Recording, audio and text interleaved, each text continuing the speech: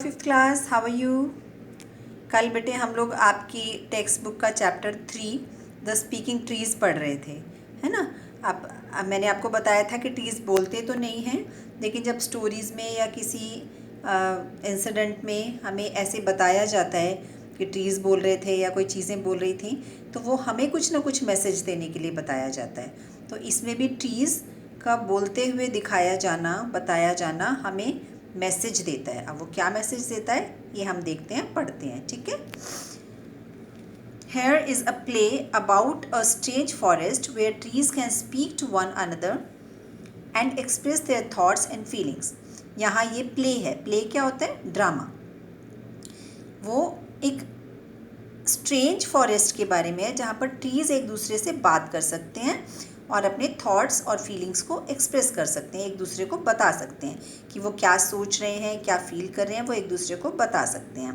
Probably we can understand this only in our silence. और शायद हम इनको तभी समझ सकते हैं जब हम चुपचाप बैठ के इनके बारे में सोचें। The narrator exists. नरेटर कौन होता है? जो आपको स्टोरी सुना रहा होता है ना। तो वो चला जाता है। पहले जब स्टार्ट होता है प्ले तो नरेटर आके हमें बता के गया था, कल हमने पढ़ा था, और अभी नरेटर चला जाता है और अब हम ट्रीज़ को बोलते हुए देखते हैं। Neem tree, this is a fine sunny morning, I love to sway in the cool bridge.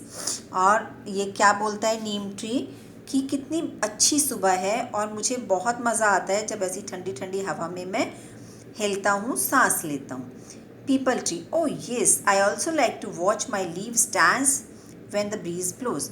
और पीपल ट्री क्या कहता है? अरे हाँ, मुझे भी बड़ा मज़ा आता है, मुझे भी अपनी पत्तियों को डांस करते देखना बहुत अच्छा लगता है जब ठंडी हवा चलती है, हल्की हवा चलती है।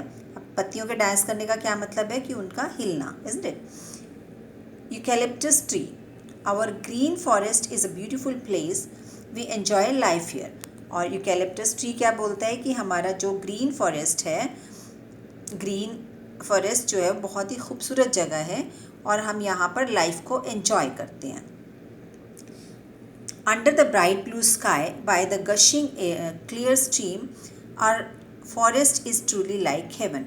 और ब्राइट ब्लू स्काई के नीचे, ब्राइट ब्लू स्काई का क्या मतलब? जब आसमान में कोई किसी तरह का पोल्यूशन नहीं होता तो हमें आसमान क्लियर नज़र आता है और ब्लू कलर का नज़र आता है और चमकीला नज़र आता है। और क्लियर स्ट्रीम के साथ हमारा फॉरेस्ट जो है बिल्कुल स्वर्ग की तरह है। और दूसरे ट्री क्या बोलते हैं? Right, we all agree with you. सारे बोलते हैं कि हाँ हाँ, हम तुमसे एग्री करते हैं, हम तुम्हारी बात से एग्री करते हैं, हम तुम्हारी बात मानते हैं। Pine tree, the bushes, other plants, birds and animals are all part of our big family.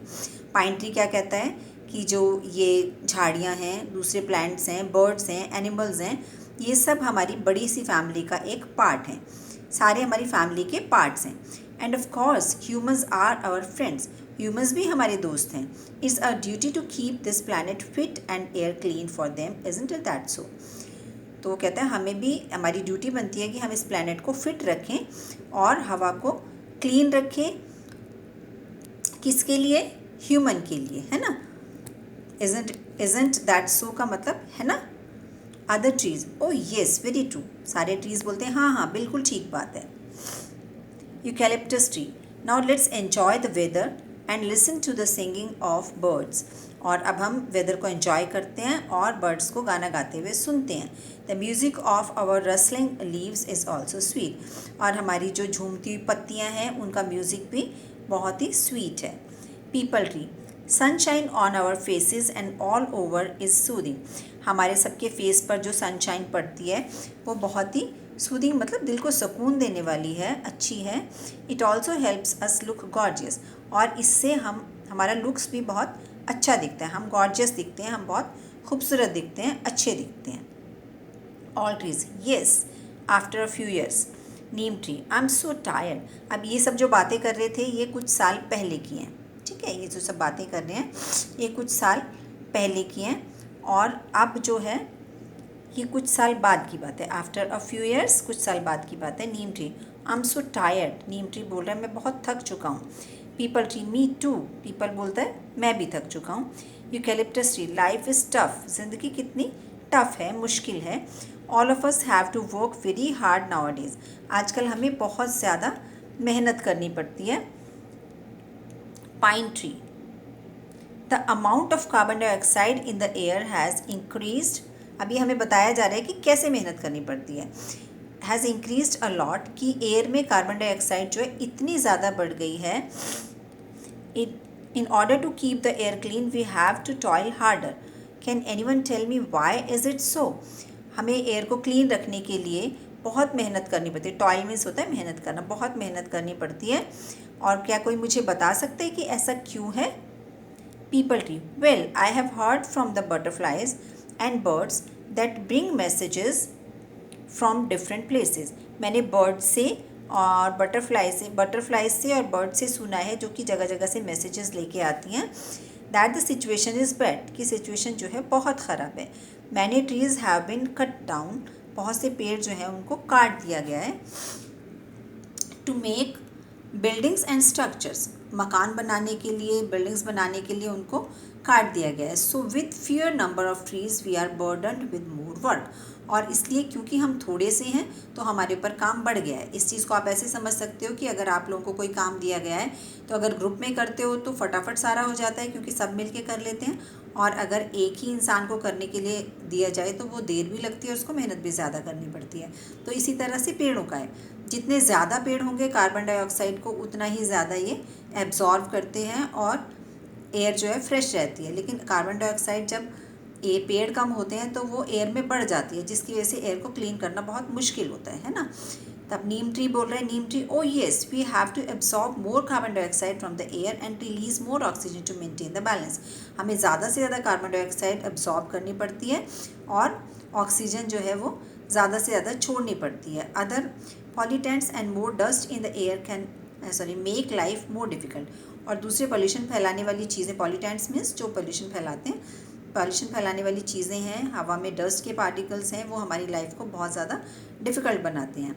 I have heard that the number of vehicles on the roads has gone up, it means more air pollution, और मैंने सुना है कि बहुत सारे vehicles भी जो road पे चलते हैं तो वो भी अब अब उनका नंबर जो है बहुत ज़्यादा बढ़ गया है, तो इसका मतलब पॉल्यूशन और ज़्यादा बढ़ेगा। जब रोड पे व्हीकल ज़्यादा चलने लगे हैं तो ऑब्वियसली पॉल्यूशन ज़्यादा बढ़ेगा। तो अभी तक हमने जितना चैप्टर पढ़ा उससे हमें क्या समझ में आया कि जो ट्रीज़ हैं, हम जितना ट्रीज़ को काटेंगे उतना ही हमें भी दिक्कत होगी और ट्रीज़ को भी एयर को क्लीन करने में दिक्कत होगी। ट्रीज़ जो है एयर को क्लीन कैसे करते हैं कि वो एयर से कार्बन डाइऑक्साइड एब्जॉर्ब करते हैं, लेकिन जब एयर में कार्बन डाइऑक्साइड बहुत ज़्यादा बढ़ जाती है तो ट्रीज़ क्या करेंगे, उनको ज़्यादा से ज़्यादा कार्बन डाइऑक्साइड कम ट्रीज़ को लेनी पड़ेगी, जिसकी वजह से उनको दिक्कत है और ज़्यादा से ज़्यादा ऑक्सीजन वो रिलीज़ करनी पड़ेगी। अगर वो नहीं करते हैं तो ह्यूमन बीइंग का सांस लेना मुश्किल है। तो ये ट्रीज़ से आपस में बातें करवा के हमें मैसेज दिया जा रहा है कि हम ट्रीज़ को कट ना करें, बल्कि ज़्यादा से ज़्यादा ट्रीज़ को लगाएं और पोल्यूशन ना फैलाएं। ठीक है, आज के लिए हम इतना ही पढ़ेंगे इस चैप्टर को, बाकी चैप्टर कल पढ़ेंगे, और अभी मैं आपको इसके कुछ क्वेश्चन आंसर्स भी दूँगी।